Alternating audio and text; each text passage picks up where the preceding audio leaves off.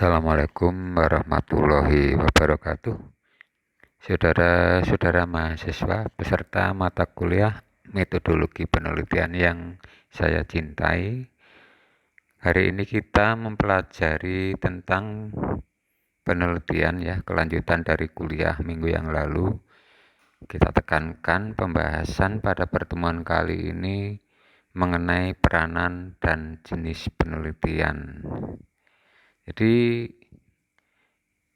bahwa peranan dan kegunaan penelitian itu sangatlah besar bagi negara, hanya saja oleh karena sifatnya yang tidak dapat segera dinikmati, jadi hasil penelitian itu biasanya tidak dapat atau tidak bisa segera dinikmati. Oleh karena itu banyak negara yang mengabaikan tentang penelitian. Jadi kebanyakan yang demikian itu adalah negara-negara yang berkembang seperti Indonesia misalnya, mereka kurang memperhatikan penelitian-penelitian internalnya. Jadi mereka kebanyakan lebih suka mengimpor teknologi dari luar negeri, tinggal pakai seperti itu misalnya. Jadi saya ulang, hasil penelitian itu memang biasanya tidak dapat segera dinikmati. Perlu jangka waktu tertentu untuk bisa dinikmati. Oleh karena harus ada pengembangan-pengembangan lebih lanjut supaya hasil-hasil penelitian itu bisa diimplementasikan di masyarakat. Nah, tentang kegunaan dari penelitian sebenarnya itu banyak sekali. Yang terpenting bagi negara adalah untuk membuat dasar-dasar atau di sini diistilahkan fondasi dalam perencanaan pembangunan negara misalnya, ataupun sebagai dasar-dasar dalam negara membuat keputusan-keputusan. Ya, jadi segala keputusan ataupun rencana pembangunan yang bagus harus didasarkan kepada hasil-hasil kajian yang pada dasarnya hasil kajian tersebut adalah merupakan penelitian. Ya, jadi dalam hal itu tadi maka dikatakan penelitian itu sebenarnya adalah menyelidiki keadaan-keadaan situasi yang dari hasil penyelidikannya itu dibuatlah keputusan ataupun rencana-rencana pembangunan untuk memperbaiki keadaan yang sudah ada tersebut. Jadi tadi sudah saya katakan kebanyakan negara berkembang seperti Indonesia misalnya itu kurang memperhatikan aspek penelitian ya. Kalau toh mereka melakukan penelitian biasanya yang diteliti itu bidang pertanian kebanyakan seperti di Indonesia itu penelitian banyak dilakukan di bidang pertanian ya. Jadi bidang pertanian yang banyak diteliti misalnya pemasaran, kemudian teknologi penerapannya, alat-alatnya, kemudian bagaimana mengangkut hasil pertanian dan bagaimana melakukan rangsangan terhadap petani supaya petani itu terangsang untuk meningkatkan produksi. Ya, jadi memang pada kebanyakan negara yang sedang berkembang itu titik titik pokok pembangunan biasanya kebanyakan pada bidang pertanian. Nah, sedangkan pada negara-negara yang maju, jadi saya ulang saudara, di dunia ini pengelompokan negara atas dasar kemajuan teknologinya itu ada dua istilahnya, berkembang dan maju.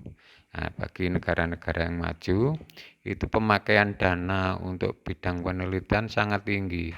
Di dunia ini, bidang penelitian yang paling tinggi itu adalah Amerika Serikat. Ya, ini data dari tahun ke tahun dari Amerika Serikat. Pada tahun 1940 sampai 1944 itu besarnya anggaran dana untuk penelitian di Amerika itu mencapai 0,27% dari total pendapatan negaranya. Tahun 53 itu meningkat menjadi 1%. Ini kan peningkatan 4 kali dari semula yang hanya 0,27% menjadi kemudian 1% itu peningkatan yang 4 kali. Oleh karena apa? Mereka menyadari bahwa manfaat atau kegunaan dari penelitian tersebut adalah sangat besar. 53 1%. Pada tahun 55 sudah meningkat lagi menjadi 1,3%. Jadi ini adalah terus meningkat. Nah, siapa yang membiayai ini? Kita perhatikan. 60% dari biaya tersebut itu dibiayai oleh pemerintah dan 35%-nya oleh swasta. Ya, jadi peran swasta di kebanyakan negara yang sudah maju itu sangat tinggi di dalam hal penelitian. Bahkan data terakhir Jepang itu anggaran penelitian didominasi oleh pihak-pihak swasta. Ya, jadi peran pemerintah pada negara maju itu hanya melakukan pengelolaan. Sekarang mari kita lihat bagaimana atau seberapa besar saat ini anggaran penelitian di negara Amerika. Kita buka internet ya melalui Google. Nah, maka di sini tampak bahwa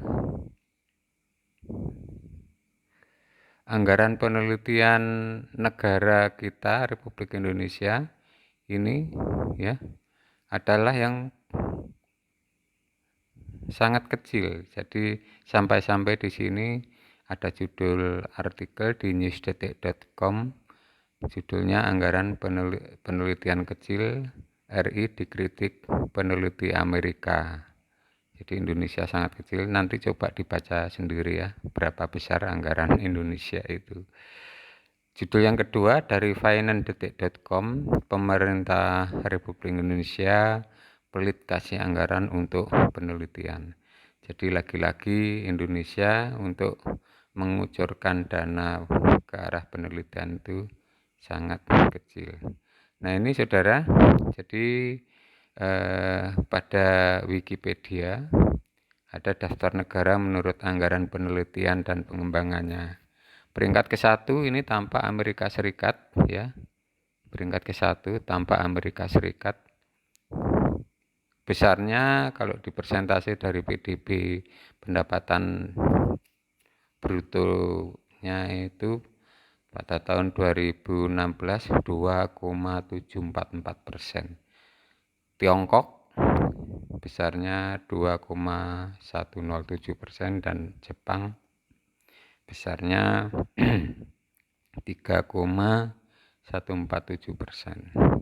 Jadi ini adalah gambaran kalau Anda membuka Google untuk melihat berapa anggaran penelitian masing-masing negara di dunia ini, akan tampak di situ bahwa untuk Republik Indonesia itu anggaran penelitiannya masih sangatlah kecil sehingga sampai-sampai kita itu dikritik oleh Amerika Serikat. Jadi itu. Nah, kita lanjutkan sekarang dengan membahas mengenai jenis-jenis penelitian. Jadi pada kuliah yang lalu kita sudah membahas apa sih penelitian itu. Jadi penelitian itu ada yang menyebutnya riset, asal kata bahasa Inggris research ya. Di Indonesia kan sebagai riset. Pertama kita membahas jenis penelitian yang disebut sebagai penelitian dasar. Ya, penelitian dasar. Ada juga yang menyebut sebagai penelitian murni. Apa yang disebut sebagai penelitian dasar? Yaitu penelitian-penelitian yang dilakukan atau dikerjakan tanpa memikirkan ujung praktis. Ya. Jadi ini ada tanpa memikirkan ujung praktis atau terapannya. Maksudnya penelitiannya dilakukan tanpa memikirkan ini nanti untuk apa. Kegunaannya apa itu belum tahu. Jadi memang benar-benar dasar ya. Nah, penelitian-penelitian dasar ini yang sangat tidak disukai oleh negara-negara berkembang tadi. Jadi penelitian yang disukai negara berkembang itu penelitian yang sudah berupa terapan yang akan segera diketahui untuk apa ya, jadi penelitian terapan. Tapi pada penelitian dasar yang kita bahas itu dia hanya untuk mengembangkan ilmu atau filosofi saja. Jadi penelitian yang dilakukan hanya untuk mengembangkan ilmu tanpa memikirkan kebutuhan masyarakat. Sehingga bagi negara berkembang, karena di sini tanpa memikirkan kebutuhan masyarakat, pertimbangannya bagi negara berkembang itu mereka uang itu eman-eman ya, seolah-olah tidak langsung manfaatnya itu dirasakan oleh masyarakat. Jadi sekali lagi itulah yang dimaksud dengan penelitian dasar. Nah hasilnya apa? Hasilnya ya ilmu, pengetahuan, pengertian-pengertian, teori-teori, hukum-hukum, ya, dalil, seperti itu. Jadi sekali lagi penelitian dasar itu untuk mengembangkan ilmu. Ada yang menyebut sebagai penelitian murni. Dia tanpa memikirkan apakah, tidak berpikir apakah penelitian itu nanti akan bermanfaat atau tidak secara ilmu terapan. Jadi itulah yang dimaksud dengan penelitian dasar. Contoh penelitian dasar apa? Biasanya contoh penelitian dasar itu adalah pada ilmu-ilmu murni ya. Kita pernah belajar fisika, kimia, matematika seperti itu. Itulah ilmu-ilmu murni. Jadi penelitian fisika, maka sekarang ditemukan teknologi nano ya, nanoteknologi itu adalah awal mula pertamanya dilakukan penelitian-penelitian dasar yang ketika itu belum tahu akan digunakan untuk apa. Tetapi sekarang diketahui bahwa teknologi nano itu kan menyatakan ukuran yang sangat kecil ya. Itu ternyata sangat bermanfaat, yaitu dengan teknologi tersebut bisa diciptakan benda-benda baru yang semula tidak ada, dan benda-benda baru tersebut mempunyai kekuatan yang luar biasa, sangat tinggi, ataupun ukurannya yang sangat kecil sehingga dia bisa menembus jaringan-jaringan sel, bahkan sel tumbuhan atau sel makhluk hidup seperti itu. Penelitian yang kedua adalah penelitian terapan. Jadi kalau tadi penelitian dasar itu tidak memikirkan nanti gunanya untuk apa, tetapi pada penelitian terapan ini kebalikannya, sebab dia dilakukan dengan tujuan untuk digunakan dengan segera. Jadi hasil penelitiannya itu nanti akan digunakan dengan segera untuk keperluan tertentu. Ya, untuk keperluan tertentu itu apa ya? Ya yang sedang diteliti, yang dicari pemecahannya tersebut. Jadi oleh karena digunakan dengan segera, maka apa masalah yang diteliti tersebut adalah sesuai dengan keinginan masyarakat. Masyarakat sedang apa, kesulitan apa, maka itulah yang diteliti. Masalahnya itulah yang diteliti. Jadi ini hasilnya nanti segera diterapkan, maka disebutnya sebagai penelitian terapan. Hasilnya itu berupa aplikasi baru dari suatu teknologi. Hasil dari penelitian terapan harus segera diumumkan. Sebab apa? Kalau tidak segera diumumkan, maka nanti akan kadaluarsa. Ya, kalau sudah kadaluarsa, maka hasil penelitian tersebut sudah tidak sesuai dengan masalah yang dihadapi oleh masyarakat. Ya, jadi oleh karenanya bedanya kalau di penelitian dasar tadi hasilnya bisa tidak segera diumumkan karena masyarakatnya tidak menuntut, tidak ingin tahu kebanyakan. Tetapi kalau pada penelitian terapan masyarakatnya itu menuntut segera hasilnya diumumkan untuk dipergunakan memecahkan masalah yang ada di masyarakat setempat.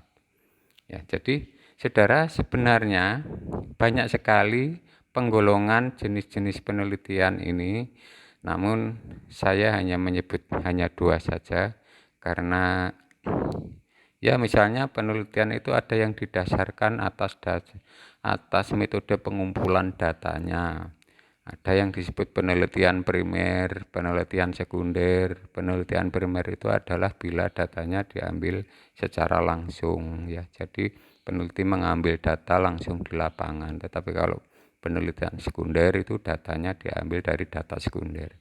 Artinya data sekunder itu peneliti misalnya mencatat atau meminta data kalau pertanian ya di kantor dinas pertanian. Jadi dia tidak mengamati langsung di lapangan. Semacam survei seperti itu.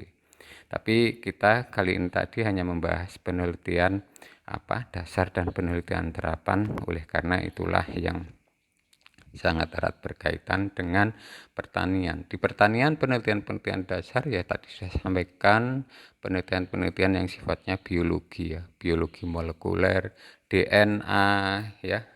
Penelitian DNA sekarang bermanfaat sekali manakala sekarang ada pandemi COVID ya.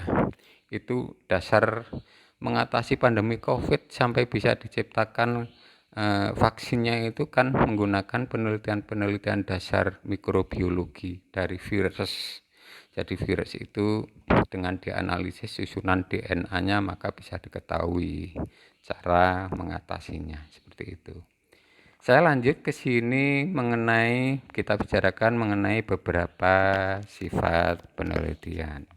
Jadi banyak sekali pakar peneliti yang menggeluti penelitian ini. Salah satunya adalah Crawford ini. Anda lihat tahunnya 1928. Kalau kita sebenarnya melihat tahun yang demikian itu, saya pribadi berpikiran ya, pada tahun tersebut negara kita masih dijajah Belanda, kulturnya masih sangat mempercayai benda-benda animisme ya, keris, kereta, kayak begitu. Tetapi orang-orang luar di negara maju ternyata sudah memikirkan apa yang di sini yang kemudian disebut sebagai karakter-karakter atau sifat atau kriteria penelitian. Jadi menurut Crawford, saya pungut satu saja nama orang ini, ada 8 ya, ada 8 sampai yang terakhir 8 ini kriteria penting atau sifat penting dari penelitian. Yang pertama, penelitian itu selalu muncul dari adanya masalah. Jadi di sini ditulisnya penelitian harus berkisar di sekeliling masalah. Dengan kata lain, penelitian itu muncul dari adanya masalah. Nah, masalah itulah yang kemudian ingin diselesaikan atau ingin dipecahkan. Oleh karena itu nanti kalau Anda membuat proposal penelitian, proposal skripsi pada bab 1 di pendahuluan itu ada namanya latar belakang masalah. Inilah yang Anda tulis. Dan ternyata memang apa yang disampaikan Crawford itu sampai sekarang dipakai di banyak perguruan tinggi untuk melakukan riset. Jadi semua penelitian bermula dari adanya masalah. Dalam skripsi disebutnya sebagai rumusan masalah. Nah, rumusan masalah itu harus dipecahkan. Pertama. Kedua, penelitian menurut Crawford itu harus mengandung unsur orisinalitas, orisinil, asli. Jadi maksudnya tidak plagiat, ya. Orisinal itu asli dari hasil pemikiran peneliti sendiri. Jadi tidak plagiat. Oleh karena itu sekarang di UMK kalau Anda besok membuat skripsi, sebelum skripsi Anda diterima oleh universitas itu ada namanya uji plagiarisme. Dan di dalam skripsinya dilampirkan pernyataan Anda bahwa saya tidak plagiat, ya, anti plagiarisme. Itu untuk menuntut adanya orisinalitas hasil pemikiran penelitian itu. Jadi maksudnya apa? Ide yang diteliti di dalam penelitian itu, yaitu masalahnya itu orisinil dari peneliti atau mahasiswa yang sedang membuat skripsi. Jadi ini ada alat untuk menguji aplikasi ya, namanya Turnitin gitu. Besok Anda diajari bagaimana mengoperasikan Turnitin. Jadi nanti Anda menulis, tulisan Anda diupload, maka akan ketahuan kalimat per kalimat itu Anda ambil dari mana, itu mesin Turnitin akan memberitahu. Kemudian akan dihitung berapa persen tulisan Anda itu yang merupakan plagiarisme. Jadi ada batas sekian persen skripsi Anda nanti bisa diterima. Kalau lebih dari itu tidak bisa diterima. Jadi oleh karena untuk menghindari orisinalitas itu sangat penting bagi Anda dalam praktikum pembuatan proposal atau skripsi nanti itu adalah yang kemarin sudah saya nyatakan pada pertemuan daring yang pertama ya, menggunakan Zoom. Saya selalu menginginkan Anda mahasiswa itu bisa menyampaikan isi hati atau pendapat Anda dengan kalimat Anda sendiri. Sebab dengan menyampaikan ide dengan kalimat sendiri, unsur orisinalitas ini akan terpenuhi. Tetapi kalau Anda tidak bisa, kemudian hanya copy paste saja, itu nanti akan terdeteksi oleh aplikasi Turnitin itu tadi. Jadi selama Anda ambil atau pungut tulisan itu dari internet, maka Turnitin akan ngunangi, karena Turnitin itu akan terhubung dengan internet ya. Kalimat per kalimatnya persis gitu akan ketahuan. Jadi untuk menghindari itu, jika Anda membaca jurnal, pahami jurnal itu, kemudian jika Anda ingin menulis, sampaikan dengan kalimat sendiri ya. Bahasa sendiri, dan itu adalah akan terhindar dari penelusuran plagiarisme dengan mesin atau aplikasi Turnitin itu tadi. Satu itu tadi, kemudian kedua adalah mengenai orisinalitas. Yang ketiga sekarang adalah peneliti harus didasarkan pada pandangan ingin tahu. Jadi ini yang berat bagi mahasiswa pada saat nanti mengerjakan skripsi. Pengalaman saya membimbing mahasiswa itu kebanyakan tidak punya ini. Tidak punya rasa ingin tahu untuk memecahkan masalah. Jadi mahasiswa membuat skripsi oleh karena terpaksa harus membuat. Tidak punya ini. Sebenarnya dia tidak punya keingintahuan untuk memecahkan sesuatu masalah. Jika demikian halnya, maka skripsinya nanti saya jamin nggak akan bisa bagus. Jadi kalau skripsinya, kalau dia mempunyai rasa ingin tahu yang tinggi terhadap pemecahan masalah ini ya, maka biasanya skripsinya akan menjadi bagus. Keempat sekarang, penelitian harus berdasarkan pada asumsi bahwa, nah ini maksudnya penelitian itu harus ada hukumnya, ada dalilnya, ada teorinya. Ya, jadi nanti Anda ketika membuat latar belakang ini akan ada tampak disampaikan dalil yang digunakan apa, hukum yang digunakan apa untuk membuat hipotesis misalnya. Jadi pada saat masalah itu nanti ada di bawahnya hipotesis, itu merupakan suatu jawaban sementara terhadap masalah. Nah, ketika mau menjawab permasalahan, menduga jawaban itu yang digunakan kan ini hukum dan pengaturan, atau dengan kata lain teori ataupun dalil gitu ya. Saya lanjut ke 5 sekarang. Penelitian berkehendak untuk menemukan generalisasi. Generalisasi itu kesimpulan ya. Umumnya bagaimana gitu. Nah, pada skripsi itu ada satu bab nanti, kesimpulan dasar dan saran yang paling akhir sebelum daftar pustaka. Tapi kalau proposal belum ada generalisasi. Jadi maksudnya struktur dari suatu penelitian itu ada masalah itu ingin dipecahkan ya. Masalah itu ingin dipecahkan, cara memecahkannya diduga dengan dalil-dalil, dan setelah data didapat maka diambillah kesimpulan. Ya, diambillah kesimpulan. Generalisasi itu mendekati rumus atau mendekati hukum dalil ini. Ya, jadi yang sering terjadi skripsi mahasiswa itu di bagian kesimpulannya kurang atau lemah di dalam membuat kesimpulan, karena dia masih menyebut parameter-parameter ya. harusnya kesimpulan itu sudah bunyinya sudah mendekati dalil gini, sehingga tidak kasus per kasus. Kalau parameter kan masih kasus per kasus. Demikian, saya lanjut ke 6. Ya. Penelitian merupakan studi tentang sebab akibat. Ya, jadi khususnya di pertanian ini sangat kental bahwa penelitian itu yang diteliti adalah sebab akibat. Penyebabnya apa, mengakibatkan apa. Saya ambil contoh misalnya penelitian tentang pemberian hormon pengatur tumbuh pada stek ya, auksin pada stek.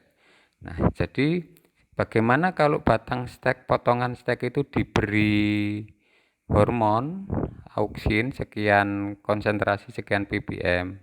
Nah, akibatnya apa? Jadi ada sebab, ada akibat. Sebabnya ini perlakuan, akibat ini parameter yang diamati. Kalau di pertanian, di skripsi seperti itu. Oke, saya lanjut yang ke-7. Penelitian harus menggunakan pengukuran yang akurat. Ini parameter, ya, variabel atau parameter. Jadi sering kan ya skripsi Anda nanti berjudul pengaruh bla bla bla terhadap pertumbuhan dan hasil tanaman melon. Nah, terhadap pertumbuhan dan hasil. Jadi tujuan akhir Anda kalau membuat percobaan ujung-ujungnya harus mampu menjawab bahwa bagaimana nanti pertumbuhannya, bagaimana nanti hasilnya. Untuk menjawab pertumbuhan maka Anda membuat parameter-parameter, variabel-variabel yang itu diukur. Pengukuran tinggi tanamannya berapa, jumlah daunnya berapa, jumlah anakan berapa kalau pada padi ya, diukur. Itu pengukuran. Nah, pengukuran ini harus dilakukan secara akurat, presisi. Akurat itu bisa oleh karena alat yang digunakan, bisa oleh karena caranya yang digunakan. Alat misalnya menimbang. Kalau yang ditimbang hanya satu helai daun kok pakai timbangan yang tingkat ketelitiannya itu timbangan kiloan gitu, timbangan pasar, maka itu tidak akurat kan ya. Jadi kalau bobotnya kecil sekali ya alat yang digunakan ya, harus pakai alat yang presisi. Ya. Kemudian cara menggunakannya. Kalau mau mengukur bobot kering berangkasan, maka ya harus di oven sampai dengan benar-benar kering, bobotnya konstan. Ya, baru itu disebut, baru ditimbang, maka itu adalah bobot kering. Ya. Sebab banyak contoh di skripsi kakak kelas saudara itu, yang dia itu parameternya bobot kering, tapi cara mendapatkan data bobot keringnya itu di oven, pokoknya 3 hari suhu 70 derajat lalu ditimbang selesai, padahal belum tentu bobot kering itu tadi, bahan itu tadi jika di oven selama 3 hari dengan suhu 70 derajat sudah konstan, mungkin saja masih basah sedikit ya. Jadi caranya ya harus ditimbang beberapa kali sampai konstan. Konstan itu kan artinya ajek, tetap ya, tidak masih berubah lagi. Nah, pada saat itulah diputuskan itu merupakan bobot kering. Jadi pengukuran harus akurat. Ya, pengukuran harus akurat. Saya sering menguji skripsi mahasiswa. Ada data yang aneh-aneh. Misalnya tanaman terong. Ya, pernah ini kejadian. Saya amati di ujian itu tinggi tanaman terong itu 20 cm. Nah, 20 cm itu coba Anda perhatikan, masa tanaman terong tingginya 20 cm. Tapi panjang buahnya ada yang sampai 30 cm, 40 cm. Lah kok lebih panjang buahnya daripada tinggi tanamannya, kan janggal. Ya, jadi itu keakuratan mengukur. Tapi ternyata pada mahasiswa tersebut yang tadi saya ceritakan dalam ujian itu dia tertukar datanya, terbalik ya, bahwa data yang harusnya untuk tinggi tanaman itu diisikan pada tabel panjang buah dan sebaliknya. Jadi kita sudah sampai nomor 7. Yang nomor 8 sekarang, penelitian harus menggunakan teknik harus menggunakan teknik yang secara sadar diketahui. Jadi maksudnya teknik ini cara-cara ya. Cara-cara yang secara sadar diketahui itu maksudnya begini. Anda meneliti tanaman jagung. Anda mengukur tinggi tanaman setiap 2 minggu. Pada saat masih umur 2 minggu tinggi tanaman, Anda masih bisa ukur dengan misalnya penggaris yang 30 cm itu. Ya. Tapi nanti kalau tanaman itu sudah berumur 1 bulan, 4 minggu, 6 minggu, tingginya akan sudah melebihi tinggi Anda. Masa arep tetap diukur dengan penggaris yang 30 cm. Ya bisa sih, tapi kan disambung dan sambung itu tadi menimbulkan ada peluang menimbulkan kesalahan yang mengakibatkan tidak akuratnya data. Ya, jadi itu tekniknya itu harus diketahui secara sadar. Jadi peneliti itu tahu, maksudnya sadar itu peneliti itu tahu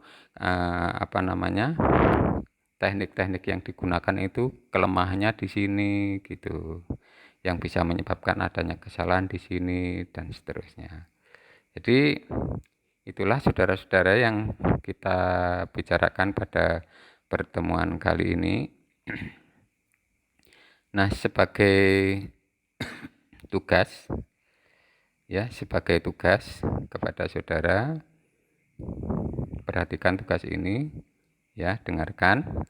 Untuk Anda yang NIM mahasiswanya berakhir dengan genap, carilah satu artikel penelitian pada jurnal pertanian yang isinya itu berupa penelitian dasar. Jadi kita bicaranya yang di sini. Nah, ini untuk mahasiswa yang NIM akhirnya genap 0, itu termasuk genap ya. Kemudian untuk mahasiswa yang NIM akhirnya ganjil, carilah penelitian yang pada jurnal ya, judul satu jurnal yang penelitian jurnal tersebut, artikel tersebut merupakan penelitian terapan. Oke, nanti ketentuan mengumpulkannya saya saya cantumkan di Sunan. Demikian, terima kasih atas perhatiannya. Kurang lebihnya mohon maaf. Billahi taufik wal hidayah. Wassalamualaikum warahmatullahi wabarakatuh.